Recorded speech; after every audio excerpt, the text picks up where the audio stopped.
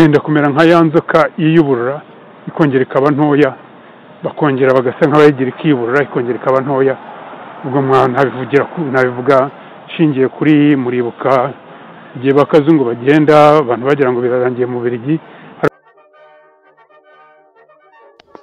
Ibyo uvuga nakumvise nibyo rwose, ariko noneho nanjye reka ngire icyo mvuga ku magambo yumvikanye mu mvugo za Bwana Nyarwaya Dick alias Abdul Karim, nk'uko byumvikanye mu majwi atambuka ku mbuga nkoranyambaga kuwa 28 z'ukwa gatanu 2020. Bwana Nyarwaya Dick mwita Abdul Karim, umwe mu bagize itsinda bita RNC rya Kayumba Faustin Nyamwasa, yumvikanye aganira n'abandi bahuriye muri iryo tsinda akoresha amagambo cyangwa imvugo zikocamye. Twanibajije mu by'ukuri iryo tsinda rigamije muri sosiyete nyarwanda turabibura.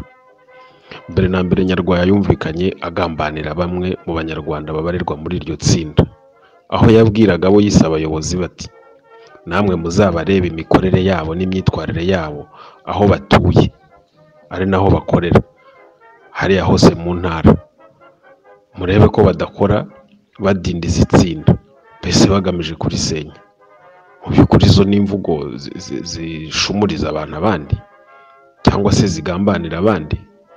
Nubwo atatuye ngo avuge amazina yabo, ariko byumvikanye ko abo yavuganaga nabo babiziranyeho.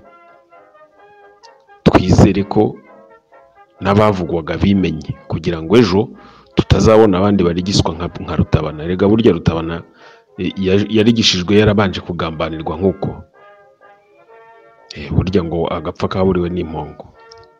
Nyarwaya yakomeje avuga ko itsinda ryabo rya RNC ngo hari abantu bakunze kuryendereza, atari ko icyiza nuko twebwe nka RNC duhora twiyuburura nk'inzoka, ngo bahora biyuburura nk'inzoka bagashibuka. Iyi mvugo ya Nyarwaya nayo ntago ariyo, irakocamye. Nizere ko atavugaga abanyarwanda bose biyumva muri iryo tsinda rya RNC, kuko dufitemo inshuti n'abavandimwe kandi batagira iyo mico yo kwiyuburura nk'inzoka. Niba binahari, ubwo ni imico Nyarwaya Dick ahuriyeho na bamwe mu baba biziranyeho, ntabwo ari itsinda ryose.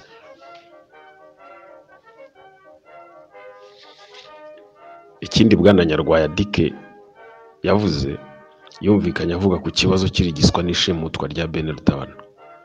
Nagira ngo mubwire ko amagambo yavuze ku birebana n'ikibazo cya Ben Rutabana niyo yatumye niyemeza kugira icyo mvuga kuri ayo magambo yose yumvikanye avuga kuri iyo tariki. Ntago imvugo yakoresheje zimukwiye. Nyarwaya n'umwe mu banyarwanda babarirwa mu itsinda rya RNC rikuriwe na Bwana Kayumba Nyamwasa. Ni umwe mu bagabo babanaga neza na Ben Rutabana, nk'uko nawe yigeze kubyiyumvira kumvikana byivugira. Nyarwaya ni umwe mu bayobozi b'itsinda rya RNC ndetse ari Nyarurembo, ku buryo ari mu biru b'itsinda, bityo ubwe akaba yarakurikiranye neza kandi azi iby'iryo tsinda rya RNC ryagiye ritangaza ku kibazo kijyanye n'ishimutwa n'ibura rya Ben Rutabana. Nyarwaya kumvikana avuga ngo twese abanyarwanda ntawe ukwiye kuba akijijisha ngo ntazi aho Rutabana ari, ngo nuko yahageze, ngo keretse bibaye nyine ku muntu ufite ikibazo. Izo mvugo ntago zikwiye, ntago abanyarwanda twese tuzi aho Rutabana ari. None se Nyarwaya aremeza ko abanyarwanda twese tuzi aho Rutabana ari kandi n'umuryango we udasiba kubaza aho aherereye? Ahubwo imvugo ya Nyarwaya asubihatse iki? Aka kanya se yibagiwe ku itsinda ryabo rya RNC ryatangaje inshuro zirenze imwe binyuze ku bitwa ngo ni abayobozi n'abavugizi baryo, ko nyuma y'iperereza bakoze ryimbitse ngo bafite ibimenyetso simusiga bihamya ko witwa Turayishimye Jean Paul ari we wagambaniye akanashimutisha Rutabana. Izi mvugo za Nyarwaya se ni raporo y'iryo perereza ashaka kutugezaho? Yitubeshyira ntabwo abanyarwanda twese tuzi aho Rutabana ari nuko yahageze. Ngiwe mbona aho Ben Rutabana ari hazwi n'agatsiko gato k'abantu babarirwa mu itsinda rya RNC, barimo Kayumba Nyamwasa, Frank Ntwari, Ntamushobore Pimaki n'abandi bake barimo bene wabo bakorana nabo mu nzego z'iperereza n'iz'umutekano mu gihugu cya Uganda, barimo n'ibyitso bimwe bagiye bakoresha mu bugambanyi nk'umugabo wumvikanye yiyita ngo ni Mushambo. Abo bantu nibo bazaho bene Rutabana ari n'irengero rye.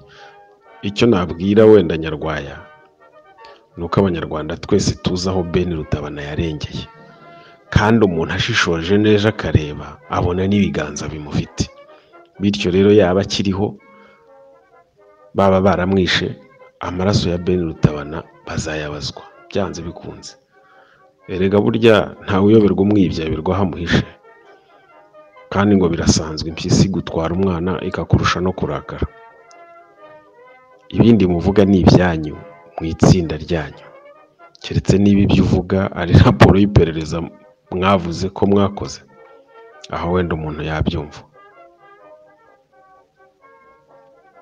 Reka nsoze nsaba abanyarwanda gukomeza kwihanganira imvugo nyinshi zikocamya cyangwa se z'ubushotoranyi, z'urwango n'ubugambanyi za bamwe muri bene wacu nka ba Nyarwaya Dick, Abdul Karim, nkaba Ntamushobore Pimake, ba Mubaraka ba Kabarebe, ba Bizimana, ba Dusingizemungu, ba Rutayomba n'abandi, kuko abo bose baba bazivuga kugira ngo barengere imbehe zabo. Reka turebe nka Nyarwaya. Nyarwaya ni umugabo wakabaye yitwara nk'igikomangoma. Nyarwaya ni abanyiginya n'ibikomangoma, ariko yihaye imico yo guhakirizwa n'ubucakura. Kuba ari shera w'imitungo ya Kayumba mu Bwongereza bimuha uburyo bwo guhakirizwa kugeza kuri uru rwego, ku buryo agomba guhora ari utwaye inkono y'itabi ya Kayumba, akazarinda apfa akikoreye urwo rujigo rwa shebuja. Kayumba baziranye kera iwabo i Bugande, hari bashobora kuba bari baturanye cyangwa bariganye ntawamenya. Ariko icyo nibuka, reka nse nk'ugira kugira ngo abanyarwanda ataza gusigara bavuga ngo Dick Nyarwaya ninde, Dick Nyarwaya ninde. Dick Nyarwaya ni umunyamuryango wa RNC ya Kayumba, wahawe isoko na Kayumba ryo kugemura inyama mu basirikare ba RPA kuva nko mu kwezi kwa 10 muri 1994. Ababyibuka baribuka ubwo bari batangiye gupanga rasiyo y'inyama. Inyama zajyaga ziza ku migozi n'ibitunguru. Iyo ryari isoko rya Nyarwaya yahawe na Kayumba. Izo nyama n'ibyo bitunguru bikava i Bugande. Abari abasirikare murabyibuka, n'abantu natwe twabaga Igisenyi mu Bigogwe, n'ababigisenyi na za Mukamira na Ruhengeri, twaryaga ibitunguru bivuye Uganda. Muzi ibitunguru byera hariya, ariko ngo turarya ngo ibitunguru ngo byavuye Uganda ngo kubera ko ngo bashobora ngo kuturoga. Kumbi ni isoko uyu Nyarwaya yari yarahawe na Kayumba, ari naryo bakuyemo amafaranga atabarika kuko bacuruzaga ku biciro bashaka. Ngira ngo ni nayo mafaranga ya mbere Kayumba yaguzemo inzu mu Bwongereza.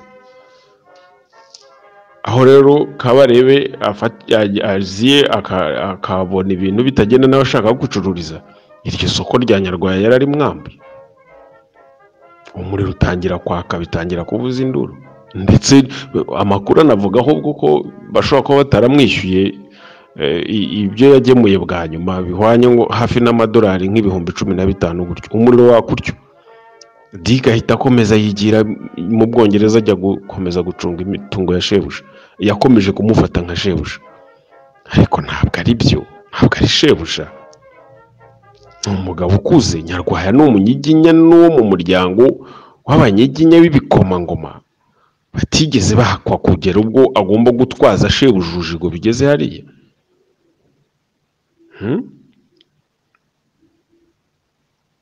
Abanyarwanda burya tuzira kutabyirwa. Nyarwaya Abdul Karim cyangwa se Nyarwaya Dick, nta munyarwanda n'umwe wamubaza cyangwa wamwishyuza umuntu we yishe cyangwa umuntu we yibye. ariko gukomeza kwitsirita kuri Kayumba, azi Kayumba uwo ari we, abantu bazamufata nk'icyitso cyangwa se gukomeza gukingira ikibaba bicanyi. Kayumba n'umwicanyi Dick ntago ari amabanga, ntago tuzareka kubivuga. Ibyo rero byo kuvuga ahubwo ngo mwongeye mwiyuburuye ngo mugiye gushaka ngo abantu ngo bongere babaho imisanzu, ngo mwaje mufite imbaraga murakomeye, byo no kujijisha. Numvise mwafashe n'umuhungu wa Sebanze Bicumbi ngo niwe uhagarariye ngo arenise mu Bufaransa. Byose ubuso wamubwira imvugo nk'izo nkundiye yabwiriwe ibwami kwahakanywa n'ibiki yaba ataziriye. Nabo bose wogira ngo si bundi impinduka zabaho gute mufata abantu bameze twebwe bankundiye baraheze mu bucakara gutyo. Abo nibo basemanza abo ngabo ni abacakara, nibo bankundiye bacu banze batumva incyuro. Abo barutumva incyuro nibo batuma ibintu bitagira iyo byerekera. Ko kumva umuntu uwo kwa Semanza mumushoye ari we utwaje uri mu mujisha ahetse Kayumba, mwumva kuko mukorera sosiyete nyarwanda ari cyo muyunguye. Uri umwere, ntiwigeze ukandagira mu Rwanda intambara iba, ntawe wigeze waje uje kwishakira isoko wicururiza. Waracuruje wenda urahomba cyangwa ariko nzi ko wungutse, ariko ntibakagombye kuba ukiri inyuma yashoboje ngo nuko yaguhaye isoko. Mujisha murongeye mutangiye ngo gusaba ngo abantu harya ngo mubeshya abantu ngo azabacyura. Ariko se tujye twumvikana tubwizanye ukuri Karim. Abdul Karim tujye tubwizanye ukuri. Nk'iyo ubwiye nka Semana ngo none se mwebwe mwabaga mu Rwanda ntimwicaga abantu, ubu ushatse kuvuga abandi babaga mu Rwanda hari ubukuyemo.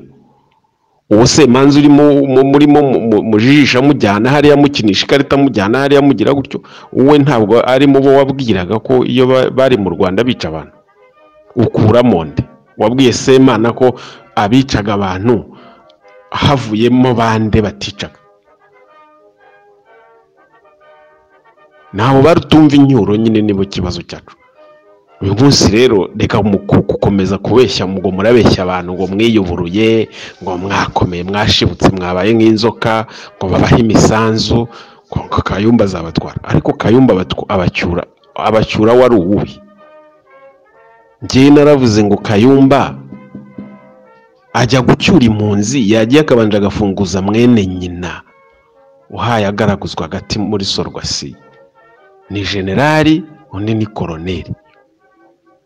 General utagira na paratuni ishobora kugombora mwene nyina uhaye aborera hariya arinzwe n'amastaff Kayumba yatoje, hanyuma ngo azacyura impunzi. Azicyura kwande? Azicyura se wari uwe? Mureke kubeshya abantu Dick, mureke kubeshya abantu iyo mitwe yanyu. Niba mwiyuburura nk'inzoka nk'uko ubivuga, ni wowe na Kayumba, ntago uvugira abantu bo muri Arenisi, ntabwo abantu bo bari muri iryo tsinda bose ari inzoka. Tafazari sana, dukeneye ko impinduka ziyoborwa n'abantu batisha abantu cyangwa badakekwa mu bisha abantu. Uwo Kayumba waguhaye isoko ryo gucuruza inyama n'ibitunguru, ukaba ari ucungira amazu aho ngaho mu Bwongereza, yatwiciye abantu. Ibyo rero byo kuvuga ngo muzajya gushaka bankundiye b'abahutu nk'abo basemanza n'abo bamutabazi n'abanayigize iki n'abandi ngo mu mwirukanka inyuma mu mutwazi itabi kugira ngo mukunde mwibe, ntago bizahura, ntago bikeneye. Dukeneye ubutabera kandi dukeneye abayobozi b'inyangamugayo. Kayumba ntari muri abo ngabo. Imana ibidufashemo.